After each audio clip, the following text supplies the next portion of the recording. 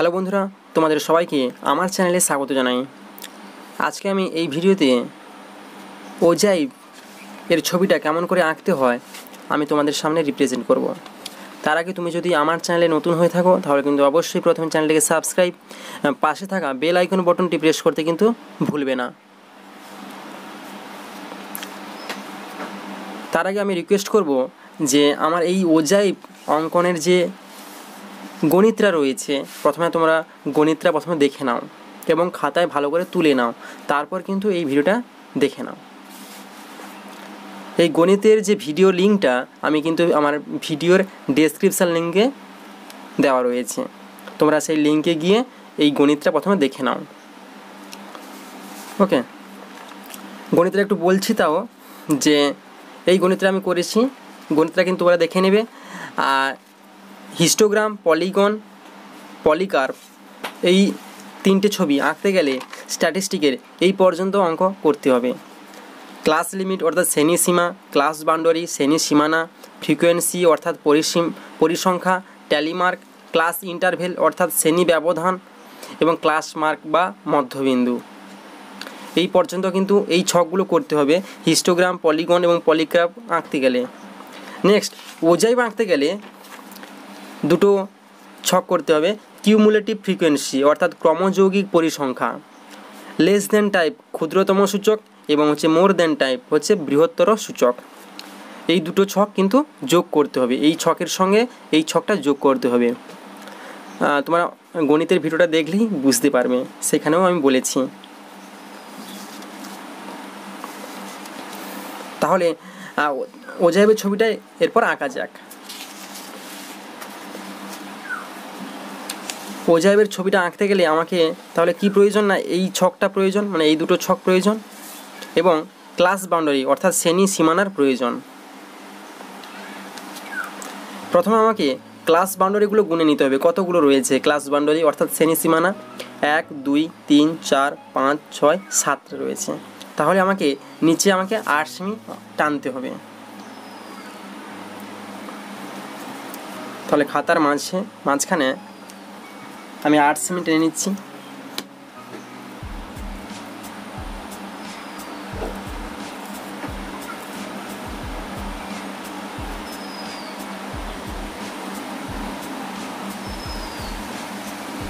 এবং 1 সেমি করে আমি মাথায় কিন্তু বিন্দু দিচ্ছি, প্রত্যেকটি 1 সেমির মাথায়।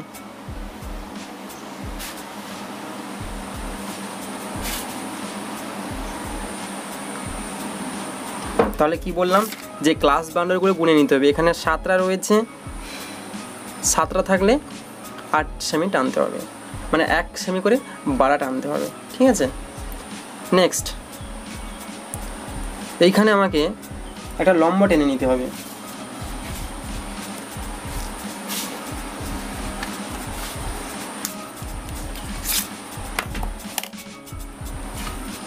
প্রথমে সেট স্কোয়ারটা এই রেখার সঙ্গে বসিয়ে নিতে হবে।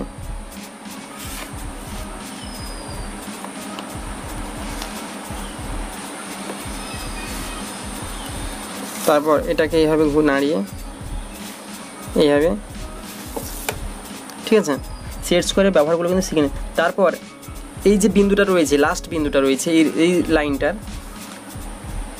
এখানে বসিয়ে এখানে একটা সরল রেখা আমাকে অঙ্কন করতে হবে।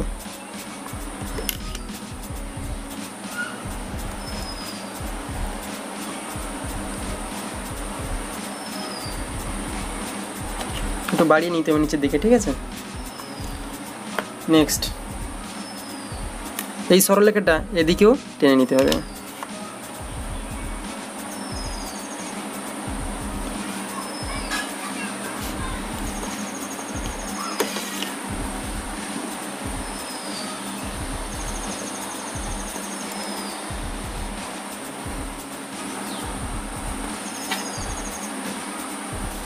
নেক্সট আমাকে গণিতটা একটু দেখে নিতে হবে যে ক্রমযোগী পরিসংখ্যার যে কোনো একটা পরিসংখ্যা ধরে নিতে হবে, লেস দেন টাইপ অথবা মোর দেন টাইপ। যে কোনো একটা ঘরে এই পরিসংখ্যার সর্বোচ্চ সংখ্যা কত রয়েছে এখানে সর্বোচ্চ সংখ্যা 25 রয়েছে।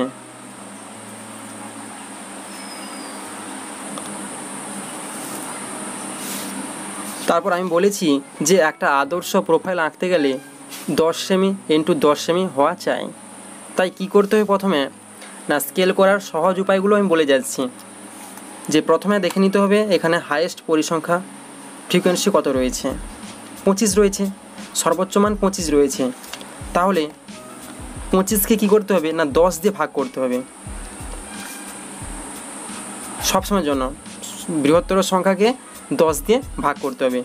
যে মানটা বের হবে এখানে বেরিয়েছে 2.5, অর্থাৎ ছবি দেখে বোঝা যাচ্ছে একটু।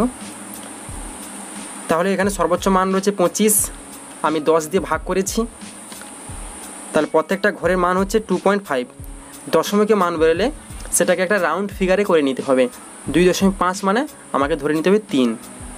তাহলে প্রথম যে ঘরটার মান হচ্ছে 3, তারপর যে মানটা বের হবে 3 বেরিয়েছে, দশমিকে মান থাকলে রাউন্ড ফিগারে করে নিতে হবে। তারপর যে মানটা বেরোবে সেটাকে ডবল করে মানে সেই সংখ্যার সঙ্গে সেই সংখ্যা যোগ করে বসিয়ে নিয়ে যেতে হবে। তাহলে 3 ছিল, 3-এর সঙ্গে 3 যোগ করলে 6, 6-এর সঙ্গে 3 যোগ করলে 9, 9-এর সঙ্গে 3 যোগ করলে 12, এভাবে বসিয়ে নিয়ে যেতে হবে। ঠিক আছে, কত দূর পর্যন্ত না এই সর্বোচ্চ মান পর্যন্ত, 25 পর্যন্ত, বা একটু বেশি হলেও অসুবিধা নেই। ঠিক আছে, তাহলে এখানে 25 ছিল, আমি 10 দিয়ে ভাগ করেছি, মান বেরিয়েছে 2.5। আমি এটাকে রাউন্ড ফিগার করে নিচ্ছি 3 করে। তাহলে 10 3 30। তাহলে এখানে আমাকে 10 সেমি আমাকে টানতে হবে। স্কেলটা কিন্তু ঠিকঠাকভাবে করে নিতে হবে। ঠিক আছে, তাহলে 10 সেমি আমি টানছি। এখানে প্রত্যেকটা সেমির মাথায় 1 সেমির মাথায় কিন্তু আমি বিন্দু বসিয়ে নিচ্ছি।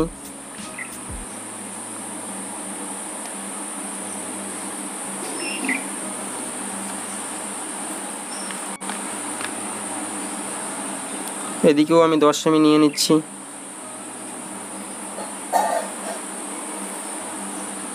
এরপর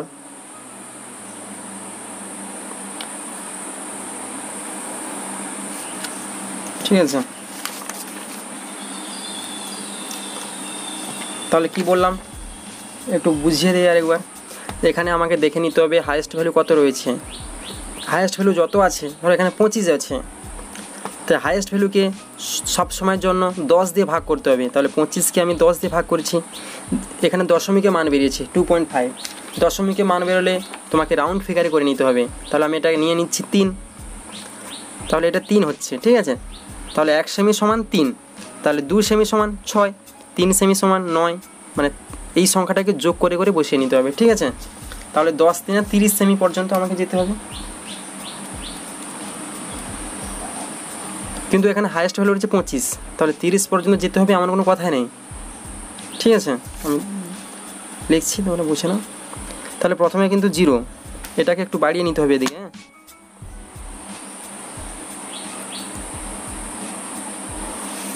তাহলে এখানে 0 বসিয়ে নিতে হবে, এদিকে 0 বসিয়ে নিতে হবে। তাহলে প্রথমে কত বেরিয়েছে মানটা 3, তারপর 3-এর সঙ্গে 3 যোগ করলে 6, তারপর 9, তারপরে 12, 12-এর সঙ্গে 3 যোগ করলে 15, এই যে 3টা বেরিয়েছে, এর সঙ্গে 15-এর সঙ্গে 3 যোগ করলে 18, 21, 24, 27, এই পর্যন্ত গেলেও কিন্তু চলবে। ঠিক আছে, এখানে কত রয়েছে হাইয়েস্ট ভ্যালু? হাইয়েস্ট ভ্যালু হচ্ছে 25। ঠিক আছে, আমি 27 নিচ্ছি।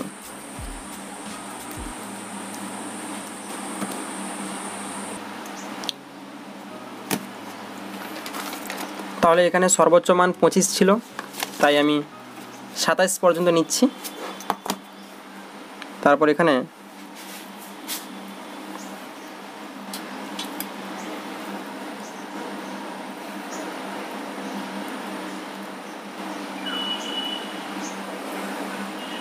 টেনে নিয়েছি। ঠিক আছে, কিন্তু একটা জিনিস লক্ষ্য করতে হবে, এখানে কিন্তু 25 পর্যন্ত কিন্তু আমাকে স্কেলটা করে নিতে হবে এই ছবিটা আঁকতে গেলে। তাহলে 24 থেকে 27-এর মধ্যে ডিস্টেন্স কত সেমি? 3, এখানে 3, তাহলে 24, 25 আর 26 রয়েছে। একটা অনুমান সাপেক্ষ হিসাব করে নিতে হবে যে 24 এখানে 25, 26, ঠিক আছে, এদিকে 25, 26, তাহলে 25-এ আমাকে স্কেলটা সোজা করে টেনে নিতে হবে, এটা অনুমান সাপেক্ষ হিসাবে, ঠিক আছে। বাকি পোর্শনটা মুছে দিতে হবে, ঠিক আছে, থাকুক।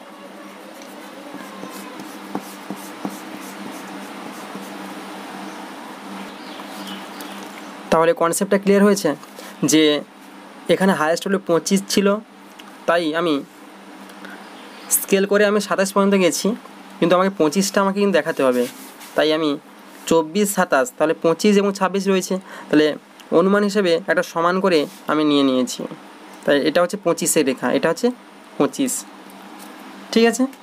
বাকি এই অংশগুলোকে একটু টেনে আমি ছোট ছোট সরল রেখা করে নিচ্ছি,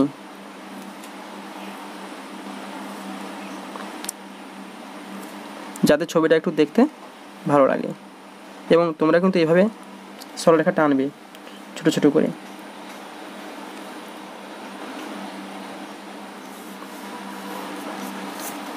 এদিকেও এইভাবে ছোট ছোট সরলরেখা টেনে নিতে হবে।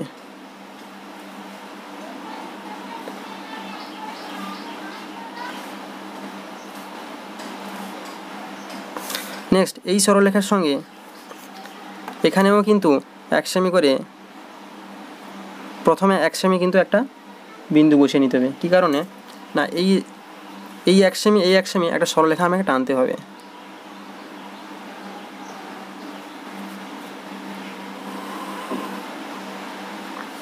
ঠিক আছে, এই পর্যন্ত, কিন্তু এটা নয়, বাকি পোর্শনটা নয়। নেক্সট আমাকে ক্লাস বাউন্ডারিগুলো আমাকে নিচে বসিয়ে নিতে হবে। তাহলে ক্লাস বাউন্ডারিগুলো কত রয়েছে?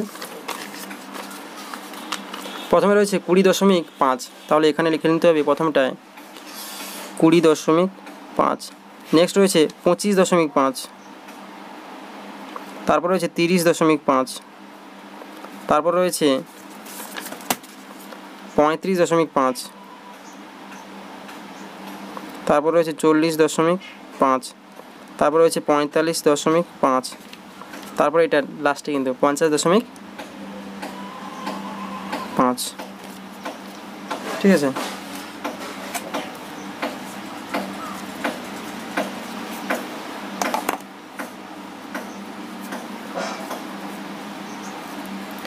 এই সেমটা কিন্তু মুছে নিতে হবে, ঠিক আছে, এটা ভুল হয়ে গেছে, সরি। এটা মেপে নিচ্ছি, না হলে কিন্তু সেট করে বসে দেবে। মেপে নিচ্ছি, 7 সেমি হচ্ছে, এখানে 7 সেমি,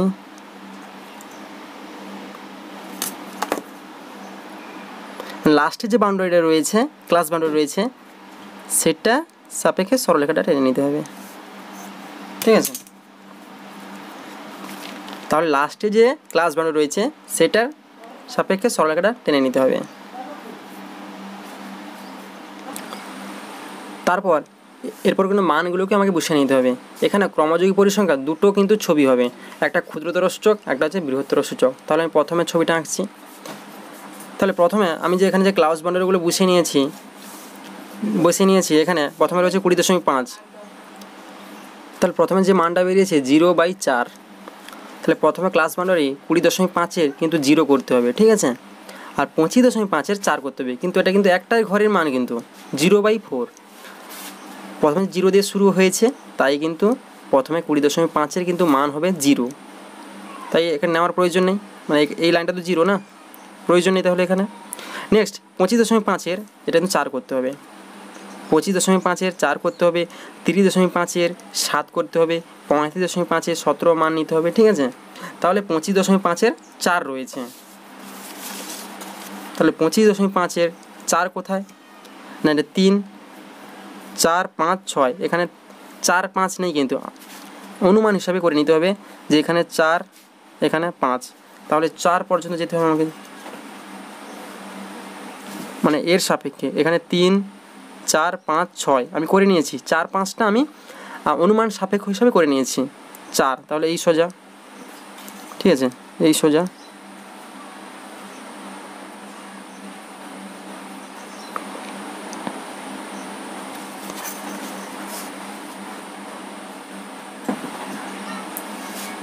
ঠিক আছে। তাহলে এখানে কিন্তু 4। এই জন্য এখানেও কিন্তু 1 সেমি করে কেটে নিতে হবে। এই দিকটা 1 সেমি করে কেটে নিলে সুবিধা আর কি, ঠিক আছে। তাই এদিকে 1 সেমি করে একটু কেটে নিচ্ছি আমি।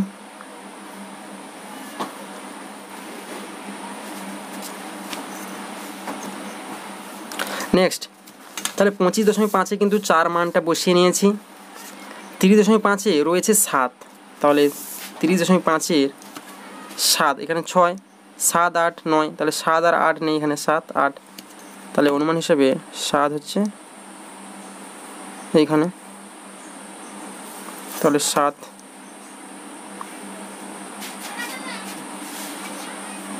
অনুমান হিসাবে বসিয়ে নিতে হবে, ঠিক আছে। 7, তারপর রয়েছে 35.5-এ রয়েছে 17, তাহলে এখানে কিন্তু 18 রয়েছে, তাহলে 15, 16, 17, 18 অনুমান হিসাবে, এখানে 15, 16, 17, 18, ঠিক আছে। তাহলে এইখানে পর্যন্ত 18 হচ্ছে, মানে এইভাবে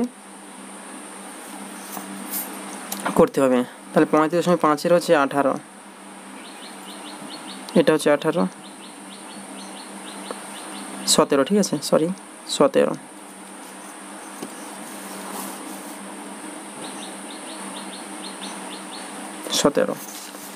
নেক্সট 40.5-এ রয়েছে 20, তাহলে 40.5-এ 18, এখানে হচ্ছে 19, 20, 21, ঠিক আছে, 19, 20, 21,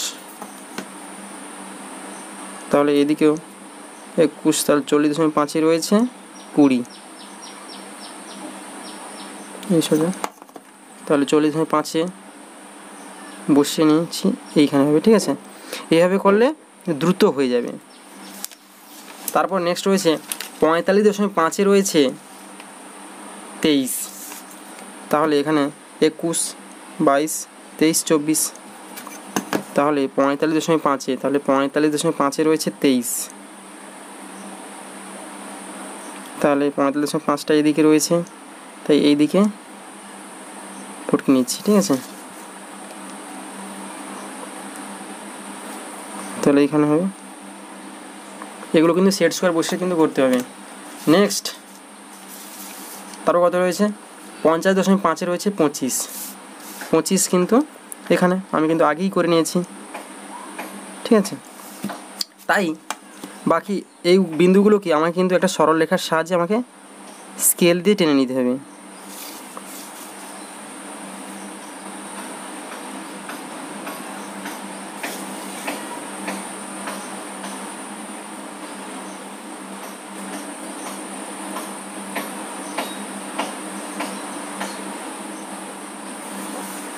নেক্সট এখানে এটাকে যুক্ত করতে হবে।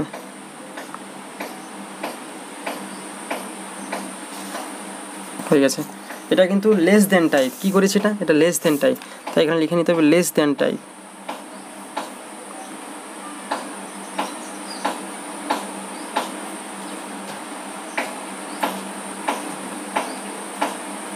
এরপর রয়েছে মোর দেন টাইপ, একইভাবে মোর দেন টাইপটা করে নিতে হবে।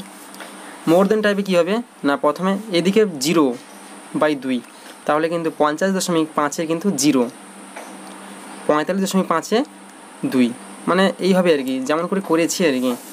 তাহলে 45.5-এ এদিকে 0,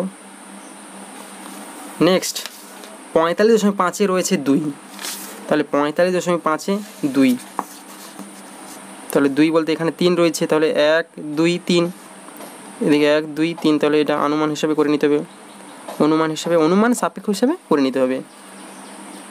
তাহলে ঠিক সোজা 45.5-এ রয়েছে 2, ওকে। নেক্সট 40.5-এ রয়েছে 5, তাহলে 40.5-এ রয়েছে 5, তাহলে 3, 4, 5 অনুমান সাপেক্ষ হিসাবে করে নিয়েছি আমি 5, তাহলে এটা এইখানে, ঠিক আছে। তাহলে 40.5-এ হবে 5 বসিয়ে নিয়েছি। নেক্সট 35.5-এ হবে 8,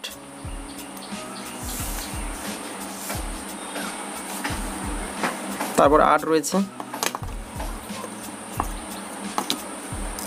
8 এখানে 6 7 8, তাহলে এদিকে 8।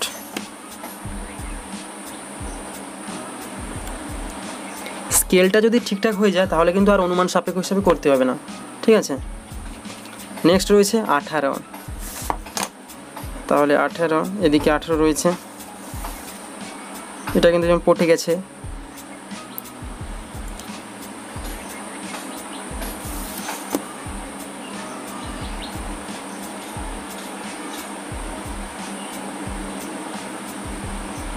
ওকে, নেক্সট 25.5 রয়েছে 21,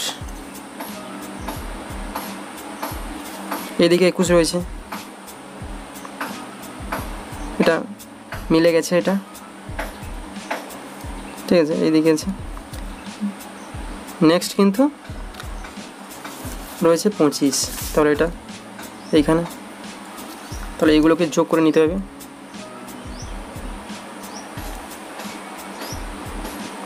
স্কেলটা ঠিকঠাকভাবে যদি হয়ে যায় তাহলে কিন্তু আর অনুমান সাপেক্ষ এইভাবে করতে হবে না, আর সমস্যা হবে না। মানে স্কেলটা একটু ধরতে সমস্যা হয়েছে, তাই মানগুলো পড়ছে না, একটু দেরি হচ্ছে ছবিটা করতে।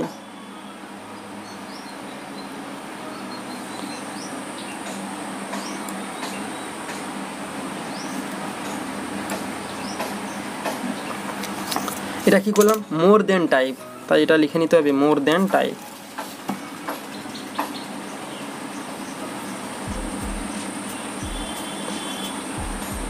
এভাবে লাইনের উপরে কিন্তু লিখে নিতে হবে, ঠিক আছে। আর এদিকে কিন্তু একটা ব্রেকিং পয়েন্ট দিতে হবে, মানে স্কেলটাকে এভাবে ভেঙে দিতে হবে। আর মাঝখানে যে অংশটা, এই যে দুটো রেখার মাঝখানে অংশটা, এটাকে রবার দিয়ে কিন্তু মুছে নিতে হবে, মানে লাইনটাকে আর কি।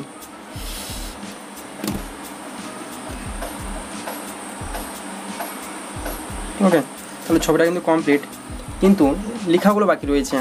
প্রথমে স্কেলটা করে নিই, এদিকে লেখা বাকি রয়েছে, এদিকে লেখা বাকি রয়েছে, তাহলে এগুলো হচ্ছে ক্লাস বাউন্ডারি, ঠিক আছে। তাই এভাবে একটা রেখা টেনে অন্যান্য যেমন ছবিগুলো এঁকেছি আর কি, ঠিক তেমন করে এদিকে ব্রেকিং পয়েন্ট রয়েছে, এগুলো কিন্তু সবই কিন্তু পেন্সিলে করতে হবে। তাহলে এগুলো হচ্ছে ক্লাস বাউন্ডারি, তাহলে লিখে নিচ্ছি ক্লাস বাউন্ডারি, ক্লাস বাউন্ডারি, ঠিক আছে। আর হচ্ছে প্রশ্ন ছিল এটা যে বিভিন্ন জিওগ্রাফি স্টুডেন্টের মার্ক রয়েছে, তাই এখানে লিখে নিতে হবে স্টুডেন্ট ও ছাত্র সংখ্যা কিন্তু এদিকে হবে ফ্রিকোয়েন্সি, আর মার্ক হচ্ছে নাম্বার, নাম্বার হচ্ছে এখানে বুঝবে মার্ক অবটেন্ড, MARK মার্কস হবে, ঠিক আছে। অবটেন্ড OBETAINED, এটা কিন্তু লিখে নিতে হবে, এটা কমপ্লিট।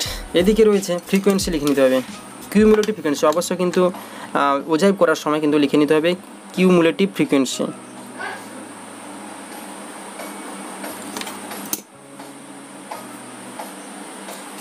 কিউমুলেটিভ ফ্রিকোয়েন্সি,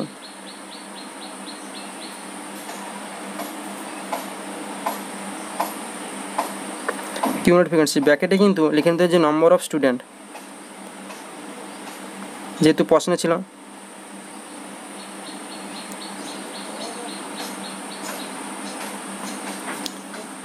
ঠিক আছে, নেক্সট